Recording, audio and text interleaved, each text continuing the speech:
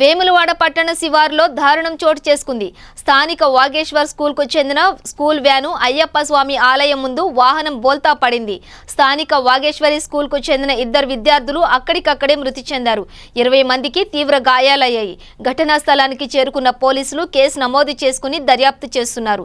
మృతి చెందిన విద్యార్థులు వట్టెంల గ్రామంకి చెందిన మనస్విని, మానాల గ్రామానికి చెందిన దీక్షితగా గుర్తించారు. వివరాలు ఇంకా తెలియాల్సి ఉంది. సంఘటన స్థలానికి మంత్రి ఈటెల రాజేందర్, జిల్లా ఎస్పీ రాహుల్ హెగ్డే, కాంగ్రెస్ నాయకుడు ఆది Srinivas, MLA Ramesh Babu, ZP chairperson సంఘటనా స్థలానికి చేరుకున్నారు.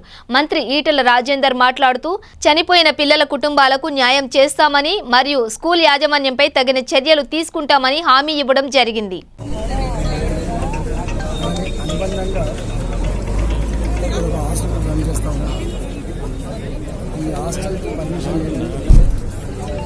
బస్సు కూడా సరిగ్గా కాగితం లేవని చెప్పి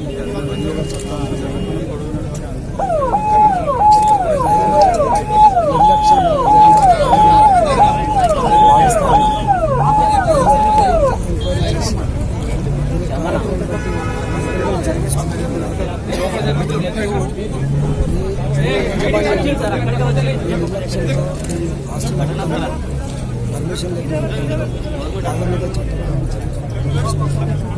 మూడవది బస్ యాక్సిడెంట్లో ముగ్గురు పిల్లలు చనిపోయింది. హిస్టరీ